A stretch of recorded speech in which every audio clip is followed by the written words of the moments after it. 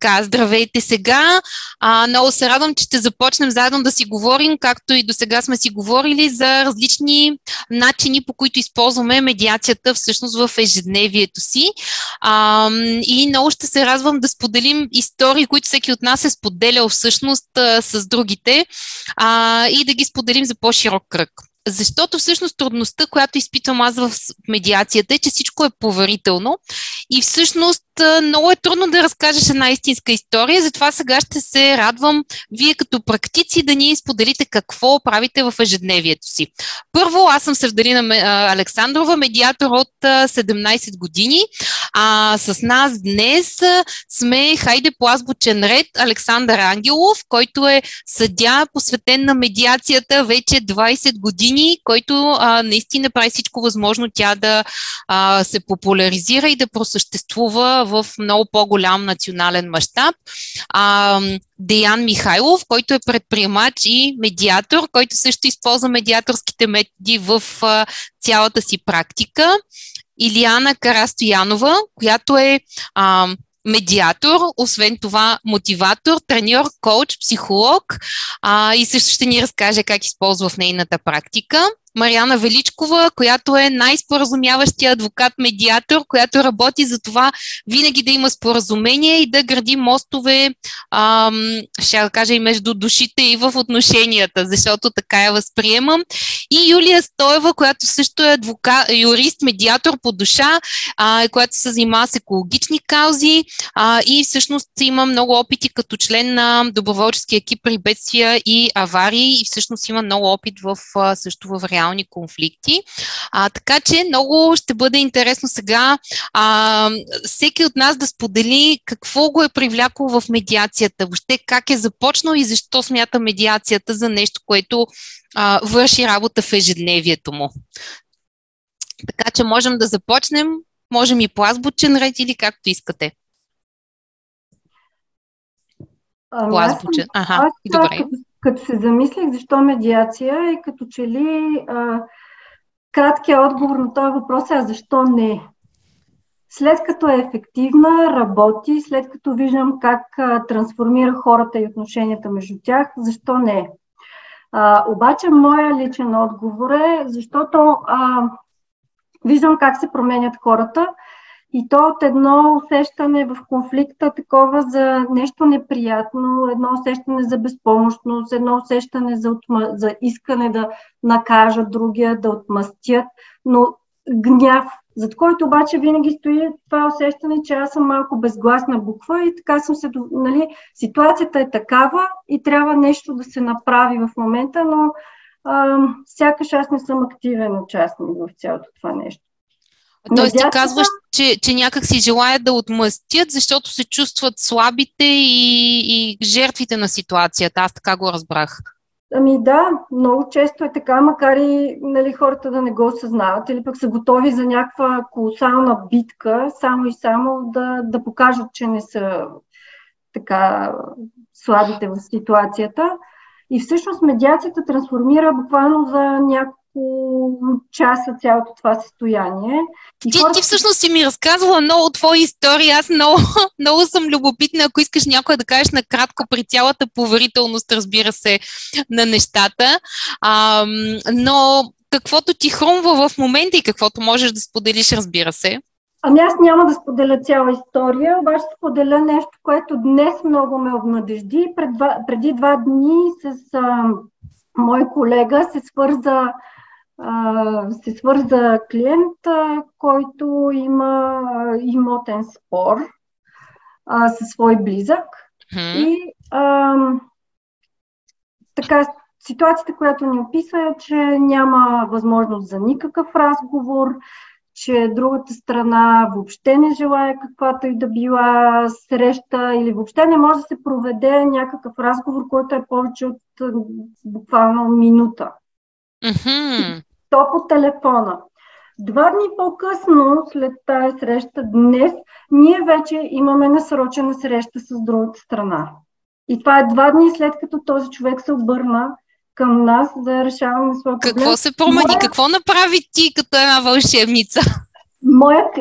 Моя колега, ще кажа, който не е медиатор, беше много изненадан от ситуацията и казвам как това. Аз много съм изненадан, че въобще клиента, че има такава ситуация, че нещата толкова бързо стигнахме до среща, че нашия клиент вече е готов да говори за това, че той е склонен да има различни предложения към другата страна.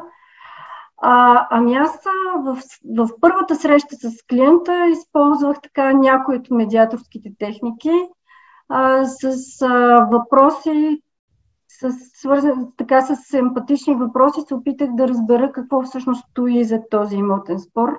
Каква е историята и какво е неговото усещане и неговото усещане за мястото му в тази ситуация и какъв е неговия интерес, какво иска, кое е най-лошото, което може да се случи в тази ситуация. И всъщност с серия от въпроси той започна да си дава сметка, че не е само един вариант, не е само съд. Съгласи се да говорим с другата страна, при положение, че в началото беше изключително скептичен, че въобще би могъл да има разговор с другата страна. И така, това много ме обнадежди. Харесва ми, че напоследък, не знам дали да го казвам това, но при по-млади клиенти виждам по-голяма склонност първо да много бързо и лесно да откриват емоционалните си цели в ситуацията, защото имам и казуси такива свързани пак с имотни спорове, в които обаче страните търсят и нещо друго. Всъщност за мен твоето вълшебство, не мога да се въздържа, ще кажа, че стои основно наистина в разкриването на това каква е, както ти каза, емоционалното усещане и емоционалната цел на човека в един имотен спор. Защото повечето хора, като кажат имотен спор, казват парите и никога няма да влязат в това вълшебно психологическо, емоционално ниво, което всъщност решава нещата. Ти му показваш, че той всъщност има емоционална цел и му помагаш да я удовлетвори, което става по друг начин. Обикновено съда не удовлетворява емоционалните цели. Мисля, че Сашо може да потвърди, че изобщо не му е това задачата. Всъщност, според мен ще бъде много интересно Сашо да каже какво правим с емоционалните цели в съда. Те въобще стават ли ви достояние? Човек понякога, може би, четейки исковата молба, може да разбере за част от емоционалните цели, но как те въобще повлияват на целия резултат? Защото според мен те си остават скрити в голямата им част. Да, то не е въпросът даже само за емоционалните цели, а за всякакви цели. Да. Да, защото понякога хората използват съда не непременно за да защитят това, за което са започнали делото, а за някаква друга цел. Понякога искат да кажат нещо, което да бъде чуто, понякога искат да по някакъв начин да нападнат другия, което може би е свързано с някаква емоционална цел, безспорно. Ами да, разбира се, че повечето емоционални цели остават скрити зад написаното. Понякога се виждат, понякога не. Естествено, много често исковите молби, отговорите се пишат от адвокати, те се опитват или да смекчат, или пък понякога да изопачат някои от емоциите на клиентите си, за да предизвикат някаква реакция в съдията. Понякога, когато видим страните в залата, единственото място, където можем да се срещнем с тях наживо и поговорим с тях, можем да разберем какво ги вълнува, но това е трудно да стане. Първо, те не винаги идват. Второ, средата е много специфична. За теб какво всъщност е най-доброто място на медиацията в цялата тази работа? Аз знам, че ти им говориш така, че те да постигат споразумения, но извън това ги насочваш към медиация.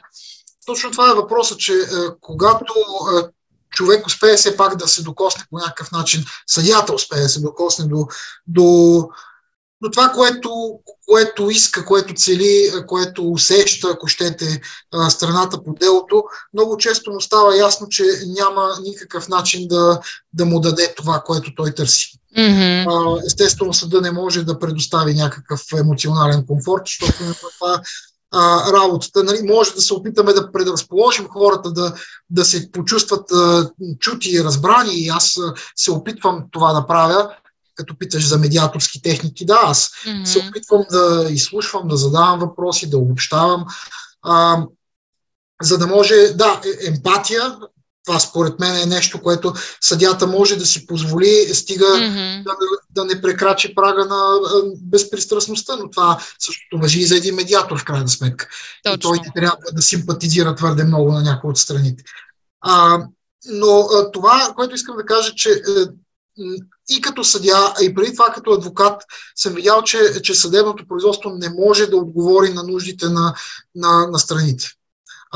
Не може. Може да защити някакъв аспект от това, което те търсят, да им го даде, но само нещо. Това винаги е частично. И за това медиация.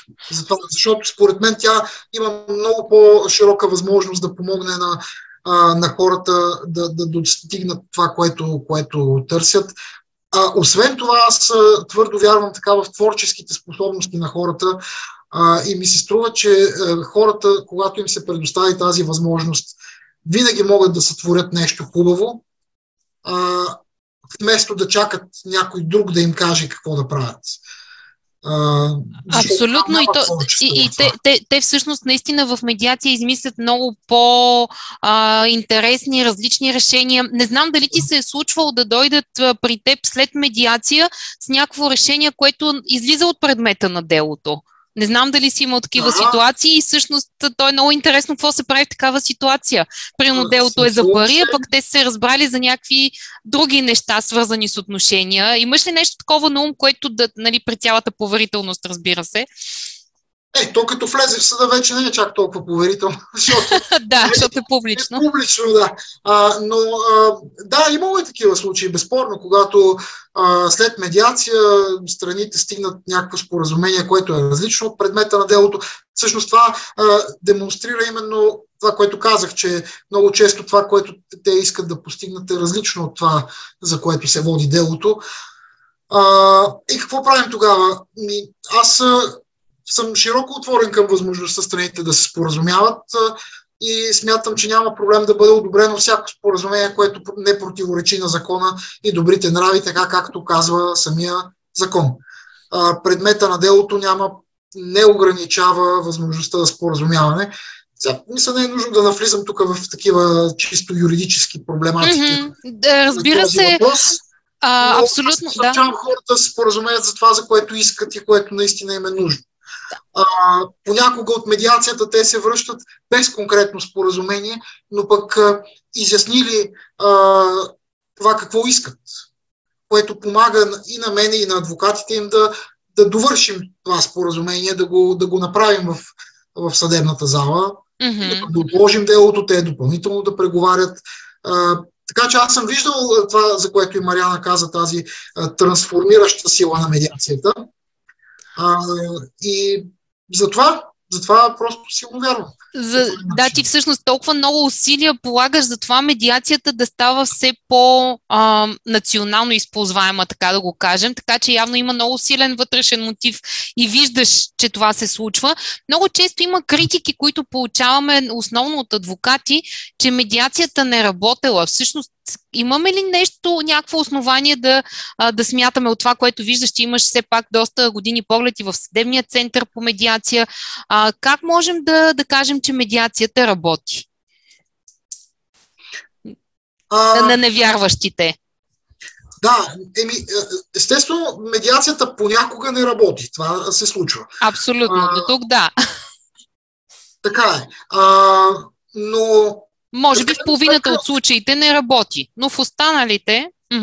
То зависи какво разбираме и под работи. Ако гледаме статистика на това колко споразумения са постигнати в резултат на медиация, това няма да им даде пълната картина на това дали медиацията работи.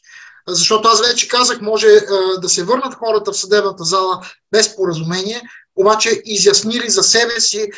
Оставам на страна дали са изяснили там спорните факти. Нали, това деца вика и съдята може да им помогне да го направят. Обаче по-важното е да изяснят за себе си какво искат да постигнат. И когато са наясно, е много по-лесно да видим допирните точки между тях. И между другото, ти като говориш, аз се сещам за един много такъв провокативен случай, в който имаше двама съсобственици на къща с съдебно дело и единия беше завел дело, в което този от първия етаж искаше достъп до тавана, защото той от втория не го пускаше до тавана му. А по ирония, собственика на втория етаж имаше мазе и другия не го пускаше до мазето му. Много колоритен случай. И идвайки на медиация, делото е за това, не ми дава достъп. Така, идвайки на медиация, те изобщо не споменаха за достъпа. И говорим, в един момент се оказва, че този, който е завел делото, всъщност иска, може да не предположите какво, иска да седнат да си говорят, както Марианчето каза, емоционалните цели, както Сашо каза, ние не можем да им дадем никакъв комфорт емоционален, не ни е това работата и не може да влезем в интересите. Тези хора, единия завелия искаше всъщност да накара другия да седнат, да говорят, да бутнат къщата, да намерят инвеститор, който да построи на място на двоетажната 6-етажна сграда в центъра на София.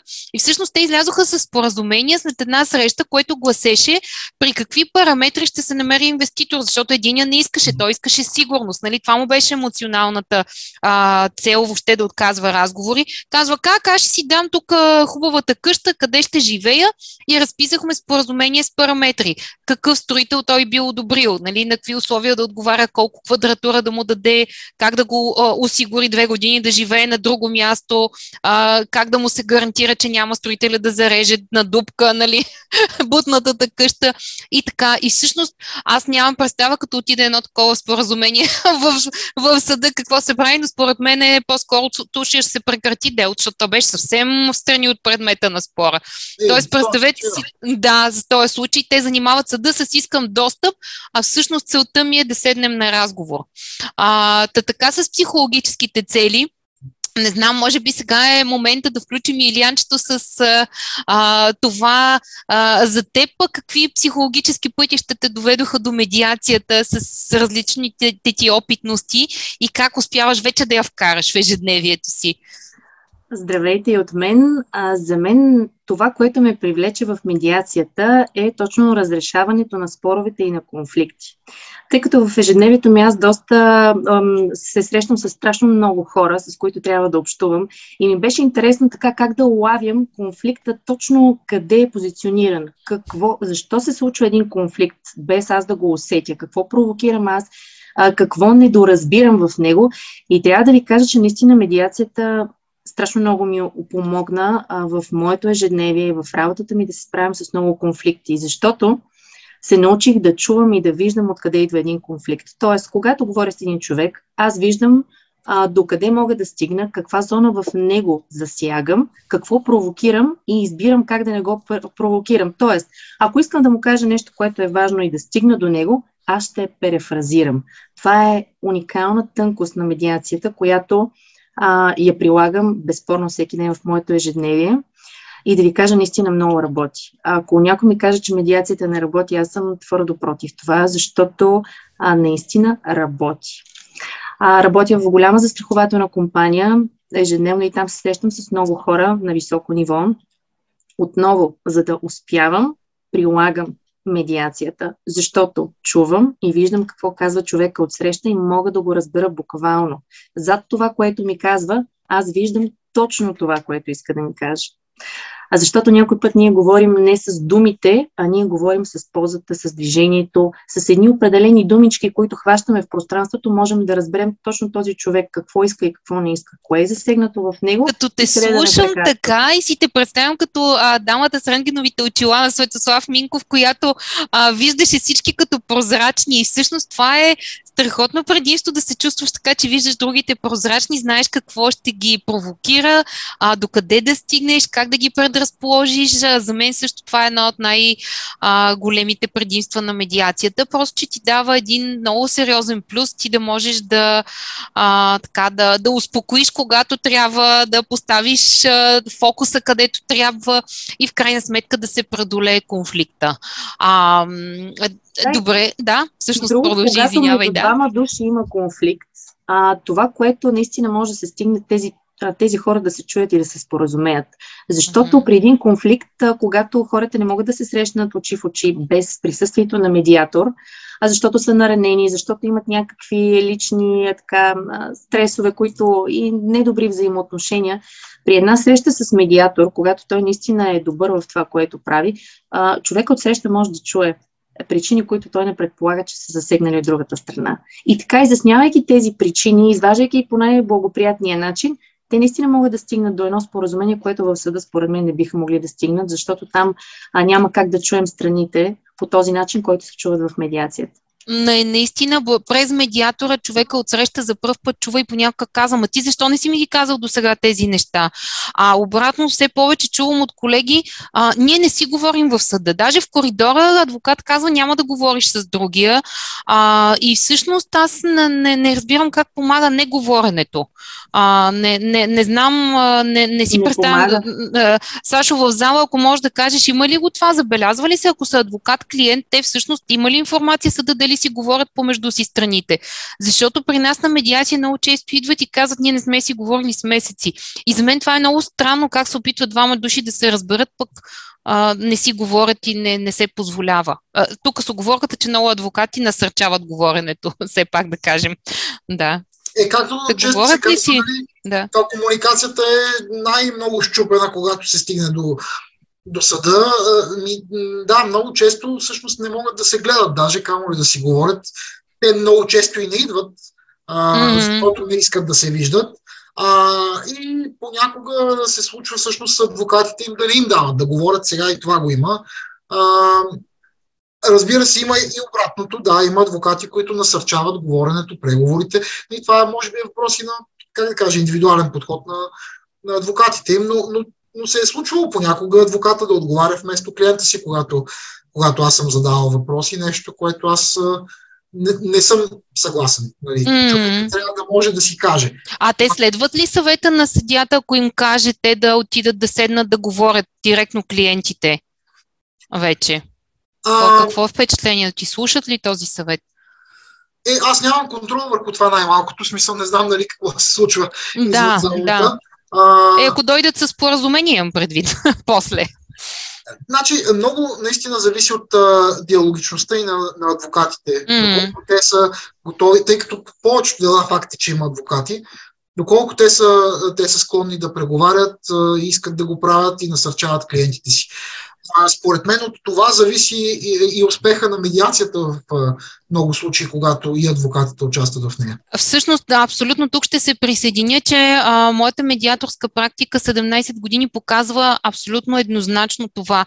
Когато адвокатите съдействат, 99% от хората се споразумяват. Имаме ли адвокат, който казва на клиента си: "Не, няма да говорим, няма шанс за споразумение."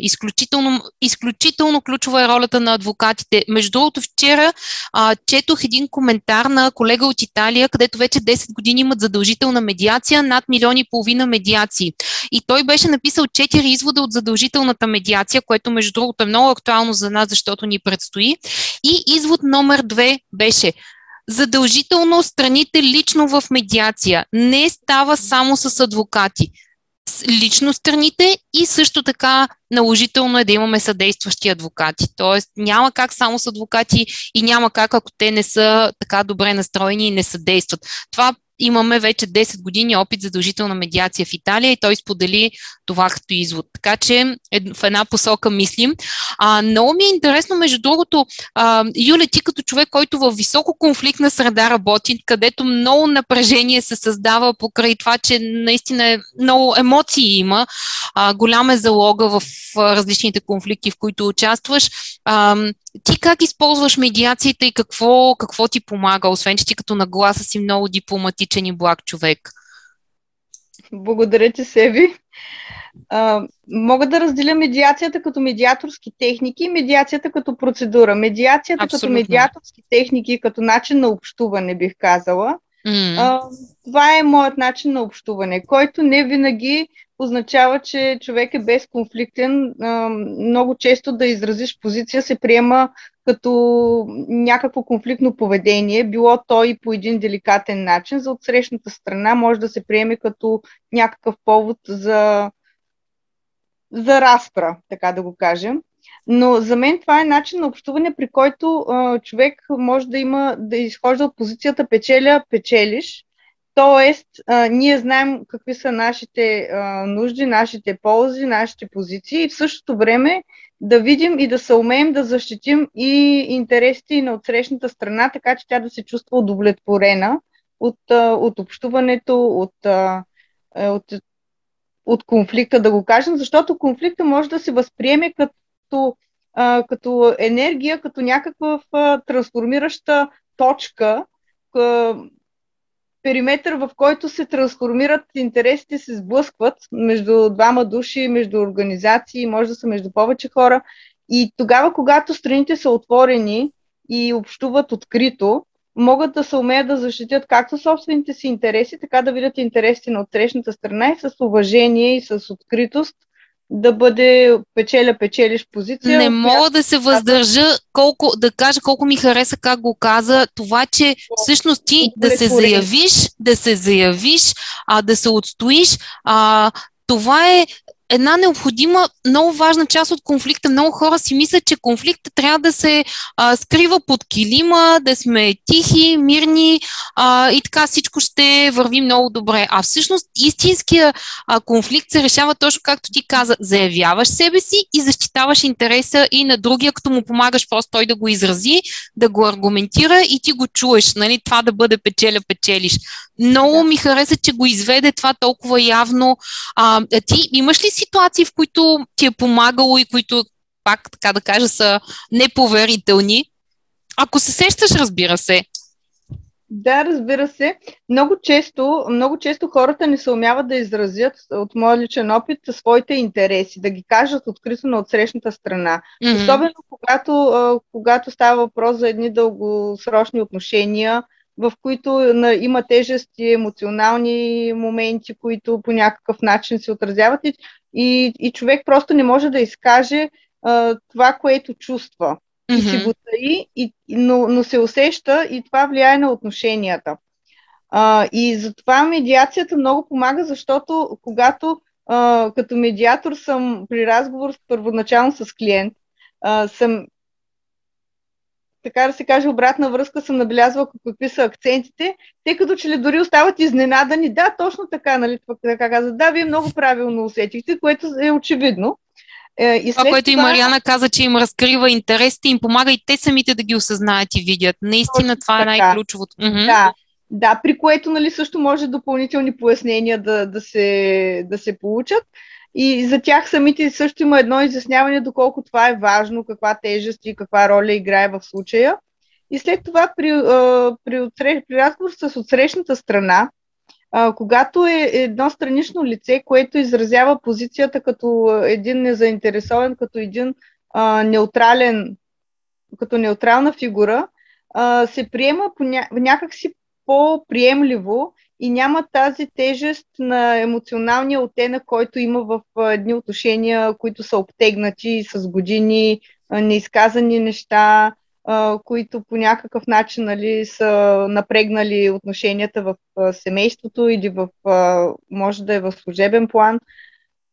Тогава човек се замисля и дори да не в момента точно поради изненадата от нали, ситуацията, да даде ясен отговор и дори да не пожелае да сте получи един разговор с цел изясняване на ситуацията, някак си хората се замислят и в бъдеще това води до облегчаване на отношенията и до разкриване на същността и на есенцията на ситуацията и много често подобрява и сближава хората, защото човек оценява това, че си искрен с него и това, че изказваш ситуацията такава каквато е, това, че назоваваш какви са за теб важните неща. Всъщност ти каза тук няколко много важни неща и много ми се иска да ги акцентирам така под голяма лупа, да ги сложим.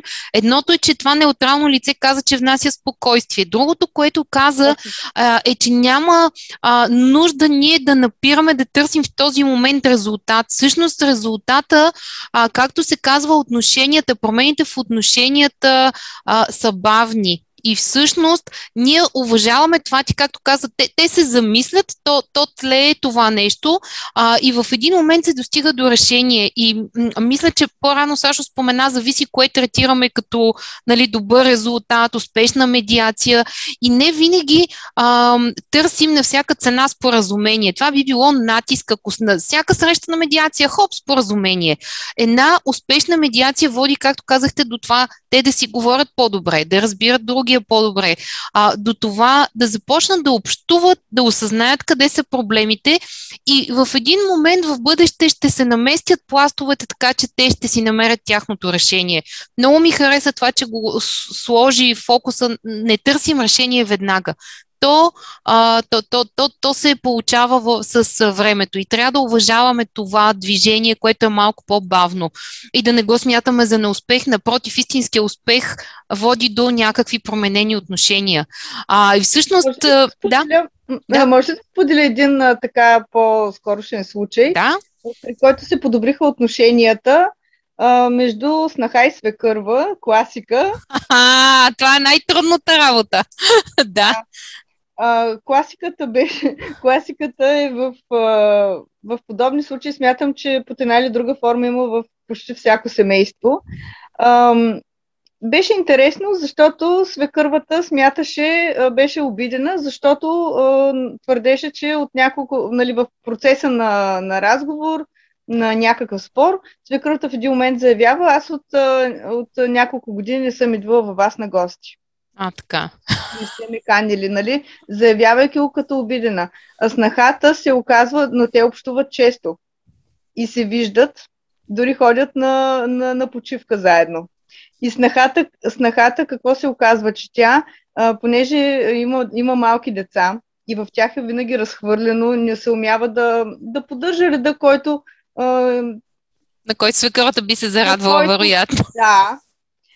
И се оказва, че всъщност това е причината тя да не ги каня, да предпочита да се срещат навън, да бъдат на друго място, където да не се чувства притеснена от това, че вкъщи е разхвърлено и тя, нали, усеща някаква критика, която се оказа, че не е просто критика към нея, но тя така се чувства жената и, нали, нормално това нещо все пак се наслагва във времето и от една страна снахата се чувства по някакъв начин виновна, че не успява да се грижи както трябва за домакинството. Това е изключителен пример колко е важно хората да си кажат честно кой какво го притеснява и също се оказва, че не е нищо лично.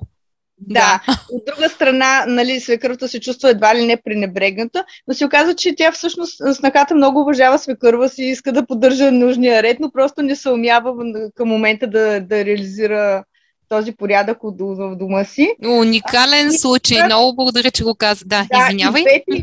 И двете имаха така един открит разговор, и при който, нали, стана ясно, че те всъщност се уважават и дори да са си разменили някакви реплики, които да са изглеждали по-остри, всъщност в семейството има една добра атмосфера, която те оценяват, че все пак, което е на лице, грижата за децата и любовта в семейството, приятелското отношение, подкрепата, бих казала, че е най-важно. И така, нали, си дадоха сметка, че всъщност тези моменти... Обаче ти загубихме гласа по някаква причина.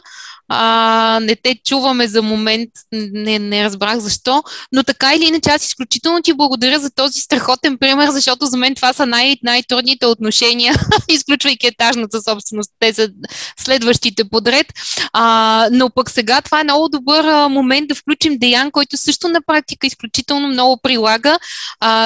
За мен Деян се разбира с всички, предполагам, че няма снахи свекърви около него, които да се карат, но ти ще кажеш, Деян, в кои отношения го прилагаш?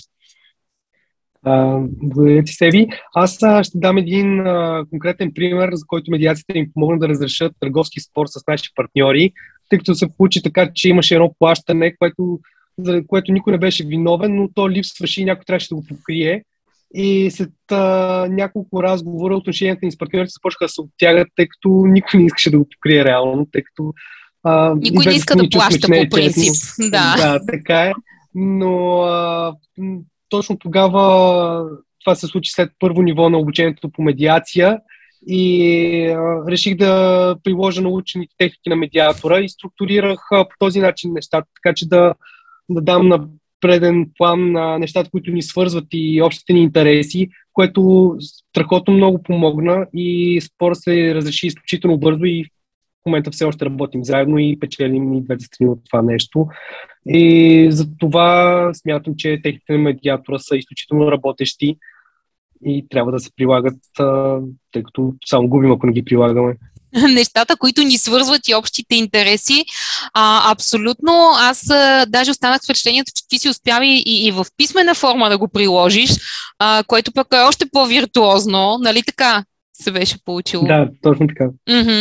А в другите така многобройни микросфери, в които работиш, къде смяташ, че би ти вършило най-добра работа и всъщност в тези по-бизнес отношения? Защото там като че ли най-рядко се виждат такива примери.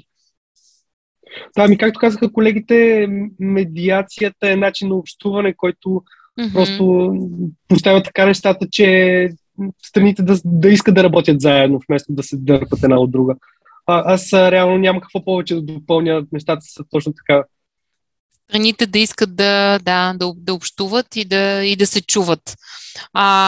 Ти всъщност си изключително диалогичен и на мен ми прави впечатление, че още в самото влизане в общуването, нали, си започваш с всичките предразполагащи подходи, така че някакси даже да правиш превенция на конфликта. Дали е правилно това впечатление, не знам. Да, не съм сигурен. Като цяло не обичам конфликтите определено. Избягвам ги. Когато има конфликт около мене, гледам той да бъде разрешен, така че всички страни след това да продължат да общуват. За мен това е естественото нещо, защото никой няма полза от това да има напрежение между хората. Идва ми един въпрос, който също така много чисто сърдечно искам да задам, тъй като ти, когато влезе в медиацията, ми се представи като човек, който се занимава, нали, с предприемачество, но и с софтуер. И аз си казах, добре, за какво ти е медиация? Тоест ти какво те грабна в медиацията? Защото изглежда, че си имаш, нали, подреден свят, компютър, нали, клиенти и изведнъж само медиация. Да, всъщност случайно попаднах на обучението в медиация, дори не знаех, че съществува такава професия и като прочетох описанието на професията си представих, че това е точно за мен и просто нямаше как да не се запиша в обучението. Тоест ти се видя в тази роля на човек, който не обича конфликтите и какво? Да, припознах ценностите и реших, че ще им бъде изключителна полза да разширя техниките, които мога да използвам като цяло за разрешаване на конфликти и действително така се получи. Тоест, да, човек, който по естествен път намира решения, вече и съвсем целенасочено. Нали така, аз така го разбрах, да. Ние, между другото, страхотен разговор си направихме. Аз не очаквах така да се наредят нещата и всеки да може да сподели. Даже аз ще запазя моите истории за следващ път, защото всъщност целта ми е да можем да разказваме искрени истории, които на нас са ни улеснили, на всеки от нас са ни улеснили ежедневието. Може би последното, с което да завършим, за да бъдем напълно откровени, кога медиацията не работи, който от вас иска да сподели, за да наистина да сме наясно кога няма да свърши работа и хората да не са с високи очаквания. Мога да кажа, че има случаи, когато медиацията не работи. И това е, ако си мислим, че не работи. Ако смятаме, че и вярваме, че медиацията работи, няма случаи, когато това да не ни помогне като медиаторски техники, медиацията като процедура, като начин на общуване. Сега на мен ми е неудобно да кажа моята теза след твоята така доста мъдра теза. Ще я вмъкна все пак, между другото, че от моя опит медиацията не работи, когато един е много недобросъвестен. Тоест, наистина иска да навреди на другия, но знам, че тук Марианчето пък ще ме обори, защото не винаги можем да сме сигурни кой е недобросъвестен. Така че, Марианче, да, кажи твоите впечатления. Да, всъщност много често хората, които се свързват с мен, казват, не, то с другия човек не може да се говори, той е много, всичко сме опитали вече, няма смисъл, давайте направо да се съдим. Да. Нали, той е човек, с който не можем да се разберем, той не чува, даже така започват с едни доста неприятни, нали, думи за него, но често се оказва, че това не е вярно. Така че, може би, моят съвет е да се опита. Имаме ситуации, в които съм опитала и заедно с клиентите сме опитали и не се е получило, когато другия човек е категоричен, че не иска. Разумение, но за изненада да кажем, на моят клиент, всъщност протегнатата ръка не е била приета с неуважение и с някакъв вид поведение, което унижава. Напротив, нето е с цялото уважение. В този конкретен случай клиентът ми се отказа всъщност от съдебно дело, защото каза, че може би защото все пак видя и проявеното уважение в някаква степен. Страхотно. Понякога разговорите с медиаторския подход просто връщат уважението и това е една доста добра основа. Така че ако някой, ти страхотно го каза, ако някой друг нещо иска да добави за това кога медиацията не работи, може би Сашо има впечатление от това кога му отказват медиация, защото сигурно си има изобилие на такива случаи. Не, то за отказването не значи, че медиацията не работи в тия случаи. Да. Че отказват. Да, така е. Имата ми е реплика, нали, от страна на някой адвокат. Аз съм медиатор и знам, че това няма тук да свърши работа. Да, това често се случва, за съжаление. Но кога не работи? Аз мисля, че медиацията не работи тогава, когато няма любопитство в страните, няма желание да се помръднат на някъде да направят нещо. Нали, всеки път, когато... Аз затова казах одеве, нали, че медиацията дава възможност за това присъстващото на хората творчество да го изразят в тази процедура. Ма трябва да има някакво желание за такова движение да се направи. Поне любопитство, нали, да видим какво е пък. Ако хората са твърдо решени, че няма да помръднат на никъде от там, където са се окопали, няма как да се работи медиацията. Нали? Той медиатора, колкото и да е добър, нали, трудно му понякога да разчупи някаква толкова твърда обвивка. Наистина, някой от вас ми стори, че тръгна да казва нещо. Сещам се просто една много смешна реплика от медиация по повод на това, че трябва да имат поне любопитство. Естествено, поне нещо да ги движи.